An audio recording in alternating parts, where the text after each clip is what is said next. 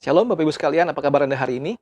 Selamat datang dan bergabung di dalam wadah pelayanan Hisper Ministry, pelayanan sharing firman Tuhan secara online. Terus sekalian, kita akan melanjutkan renungan kita. Kita bersyukur kepada Tuhan yang terus memimpin hidup kita sampai hari ini, dan tema yang akan saya sharingkan kepada Bapak Ibu adalah tentang damai yang kurasakan. Damai yang kurasakan. Mari kita bersatu di dalam doa. Ya Tuhan, kami bersyukur sekali lagi untuk berkat pemeliharaan Tuhan kepada kami sampai pada hari ini.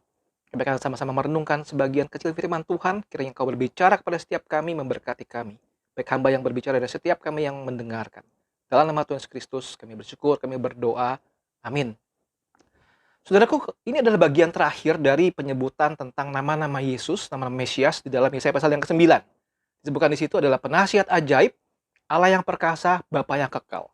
Sudah kita bahas 3 tema itu, dan hari ini kita akan membahas tentang Raja Damai, Prince of Peace. Berbicara mengenai damai, saudara, di dalam bahasa Ibrani, shalom. Kita sering menyapa orang dengan kalimat sapaan shalom, ya. Shalom. Prince of Peace itu syar shalom. Artinya seseorang yang mengenyahkan, yang menghilangkan semua faktor-faktor yang bisa mengganggu kedamaian. Seorang yang memastikan adanya kedamaian. Seorang yang mengupayakan adanya sebuah kedamaian. Itu adalah Prince of Peace. Nah, bicara mengenai peace, saudara, kita berbicara mengenai satu hal yang bukan pasif. Tenang, damai berarti tidak ada lagi ke hal-hal yang negatif seperti kemarahan, rasa malu atau rasa bersalah. Tapi peace di sini bicara hal yang positif, hal yang energetik, dan kemudian hal yang proaktif. Karena bicara soal peace, saudara, kita berbicara mengenai satu hal yang multidimensi sifatnya. Ngomongin tentang kesejahteraan kita. Ngomongin tentang secara fisik. Ngomongin tentang secara psikologi, secara sosial, secara spiritual, secara rohani. Nah, saudara, dengan begitu banyaknya dimensi-dimensi tentang peace, kita akan kembali kepada firman Tuhan. Kita baca dulu ya sama-sama. Yesaya pasal yang ke-9, ayat yang ke-6. Sebab seorang anak telah lahir untuk kita. Seorang putra telah diberikan untuk kita. Lambang pemerintahan ada di atas bahunya, dan namanya disebutkan orang, penasihat ajaib, Allah yang perkasa, Bapa yang kekal, Raja damai. Saudaraku, bagaimana sudah melihat konteks Yesaya 9 ini, waktu itu orang-orang sedang mengalami kesusahan yang luar biasa, dan mereka berharap ada seorang penolong. Bayangan mereka tentang Mesias adalah seorang yang datang dengan gagah perkasa, dengan membawa pedang, pasukan yang banyak. Tetapi Yesus datang dengan atribut sebagai Raja Damai. Raja Damai. Lukas 2 ayat 14. Kemuliaan bagi Allah di tempat yang maha tinggi, dan damai sejahtera di bumi di antara manusia yang berkenan kepadanya. Satu hal yang seolah-olah bertolak belakang dengan konsep mereka tentang berharap adanya Mesias. Saudara, karena pembicaraan tentang damai itu multidimensi, saya tidak akan bisa mencakup semua di dalam waktu yang sangat singkat. Saya akan mengajak kita kembali kepada pengertian yang mendasar tentang Raja Damai. Tentang Raja Damai.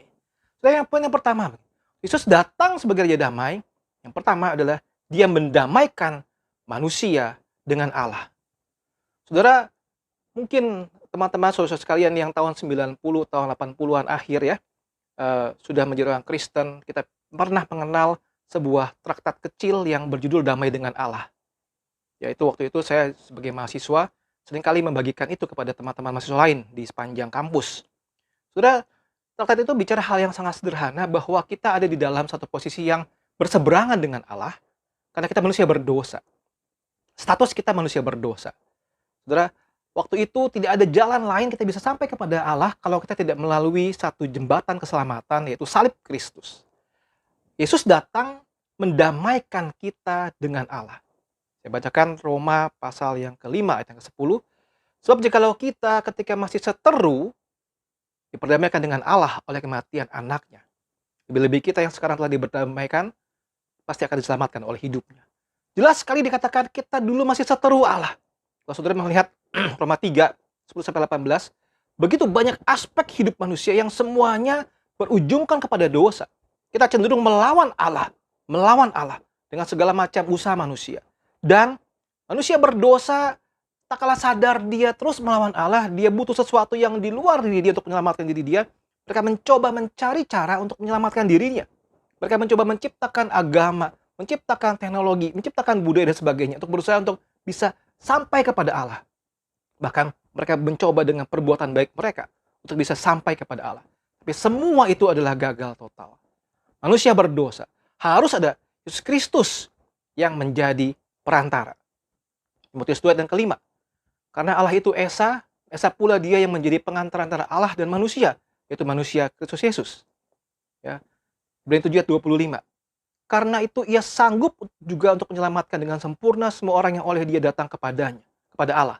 Sebab ia hidup senantiasa untuk menjadi pengantara mereka. Yesus Kristus adalah pengantara kita, saudara. Puji Tuhan.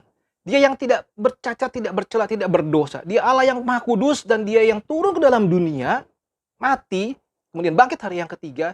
Dia yang layak menjadi perantara antara kita, manusia berdosa, dengan Allah. Karena itu, saudara, sekarang kita bisa hidup berdamai dengan Allah. Puji Tuhan, saudara. Kita bisa hidup berdamai dengan Allah.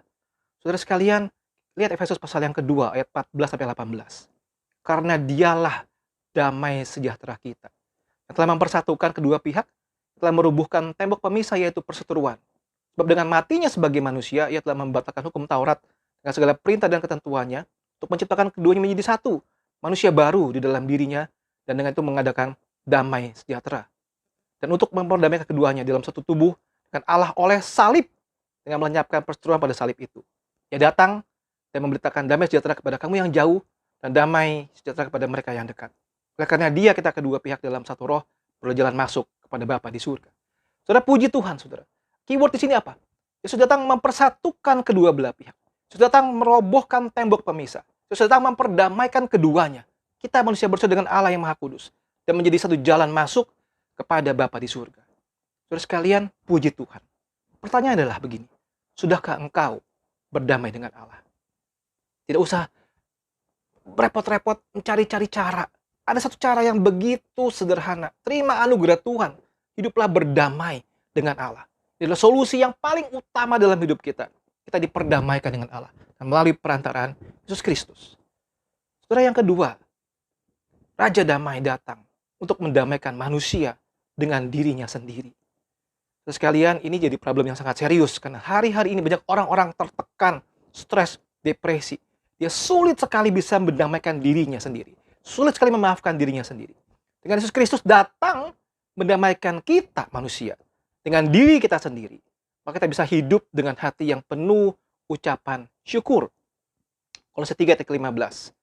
Hendaklah damai sejahtera Kristus memerintah dalam hatimu. Karena untuk itulah kamu telah dipanggil menjadi satu tubuh dan bersyukurlah. Damai Kristus memerintah dalam hati dan bersyukurlah. Kita bisa hidup dengan bersyukur. Yohanes 14 ayat ke-27. Damai sejahtera aku tinggalkan bagimu, damai sejahtera aku kuberikan kepadamu.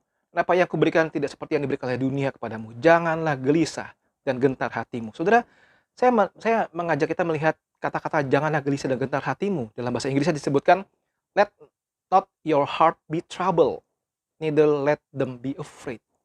Saudara, itu yang sering terjadi. Kita gelisah di dalam hati kita. Kita gentar dalam hati kita.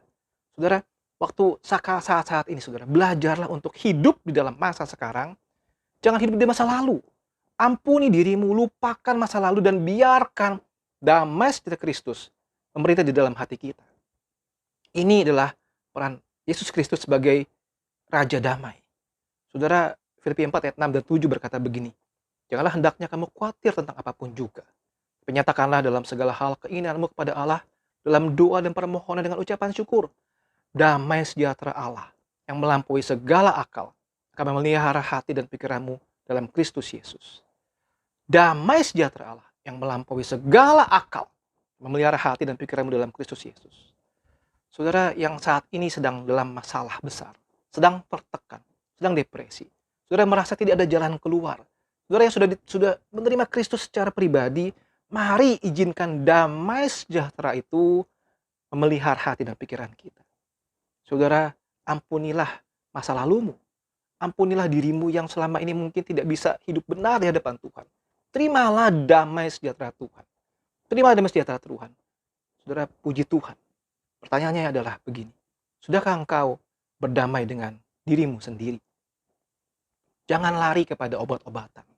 Jangan lari dengan mengeksploitasikan dirimu kepada hal-hal lain yang tidak berkenan kepada Tuhan. Saudara, berdamailah dengan dirimu sendiri. Terimalah damai sejahtera dari Kristus untuk masuk ke dalam hati dan pikiran kita dan menguasai hidup kita. Saudara, yang ketiga, yang terakhir. Yesus datang mendamaikan kita dengan Allah Bapa. Yang kedua, Yesus datang mendamaikan kita dengan diri kita sendiri, manusia yang berdosa ini. Yang ketiga, Yesus datang mendamaikan manusia dengan sesama, dengan orang lain. Saudara, bisa di dalam keluarga, di dalam masyarakat. Saya bacakan Efesus yang keempat, ayat 1 sampai yang ketiga. Sebab itu aku menasihatkan kamu, aku orang yang dipenjarakan karena Tuhan, supaya hidupmu sebagai orang-orang yang telah dipanggil berpadanan dengan panggilan itu. Hendaklah kamu selalu rendah hati, lemah lembut, dan sabar. Tunjukkanlah kasihmu dalam hal saling membantu, dan berusahalah memelihara kesatuan roh oleh ikatan damai sejahtera. Ini adalah kunci bagaimana kita bisa berrelasi dengan sesama kita. Hendaklah kamu selalu rendah hati, lemah lembut, sabar. Tunjukkanlah kasih, saling membantu. Peliharalah kesatuan roh oleh ikatan damai sejahtera. Saudara, Roma 14 ayat ke-19. Sebab itu marilah kita mengejar apa yang mendatangkan damai sejahtera dan yang berguna untuk saling membangun. Relasi antara kita dengan sesama tidak mudah untuk diatur, bukan? Kita bisa mengalami konflik dengan sesama kita. Mungkin dengan pasangan hidup kita. Mungkin dengan keluarga kita. Mungkin dengan orang-orang di kantor kita. Mungkin dengan orang-orang yang ada di gereja kita. Mungkin orang-orang di dalam masyarakat kita. Tidak mudah, saudara.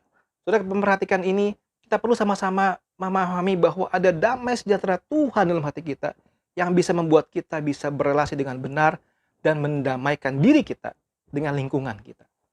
Biarlah kita belajar untuk rendah hati. Kita belajar untuk lemah lembut dan sabar. Saudara, sometimes lebih mudah dikatakan daripada dilakukan, bukan? Mari kita sebagai orang percaya belajar untuk memelihara itu, saudara. Kita mengejar apa yang bisa bawa damai sejahtera dan yang berguna. Tujuannya untuk saling membangun. Bukan saling sikut-sikutan antara A dengan B. Antara denominasi dengan denominasi di dalam gereja. Antara siapa dengan siapa. Tetapi kita berusaha untuk saling membangun di dalam Tuhan.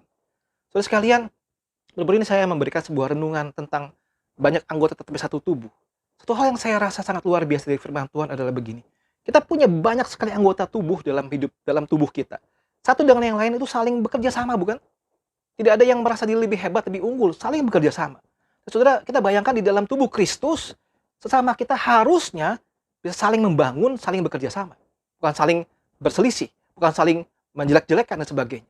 Saudara, itu semua bisa terjadi jikalau ada damai sejahtera dari Tuhan memenuhi hidup kita dan memampukan kita untuk bisa berdamai, hidup dengan baik dengan saudara-saudara seiman kita. Saudara, puji Tuhan.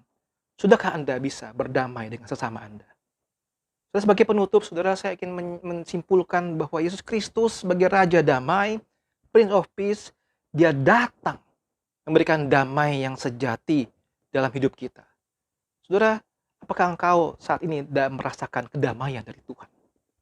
Damai yang sejati, damai yang tidak akan lekang oleh waktu. Damai yang sejati, damai yang tidak terpengaruh oleh kondisi dunia. Damai yang sejati tidak terpengaruh dengan pergumulan kita yang sulit. Tapi damai yang sejati, damai yang dari Tuhan, kiranya boleh memenuhi hidup kita. Saudara sekalian, saya berdoa kiranya kita semua, Anda dan saya, siapapun yang mendengarkan renungan ini, boleh memperoleh damai yang sejati itu. Damai yang kurasa, Anda juga bisa merasakan kedamaian itu. Kalau kita sudah mendapatkan damai sejahtera itu, mari kita men-sharingkan damai sejahtera itu pada orang-orang lain yang belum mengenal Yesus Kristus, yang belum mengenal damai sejahtera itu. Kiranya saudara sungguh-sungguh damai sejahtera Tuhan boleh memenuhi hati dan pikiran kita dan memampukan kita untuk hidup makin hari makin benar, jadi anak Tuhan yang makin setia di hadapan Tuhan. Kiranya Tuhan menolong kita sekalian. Amin. Tuhan memberkati.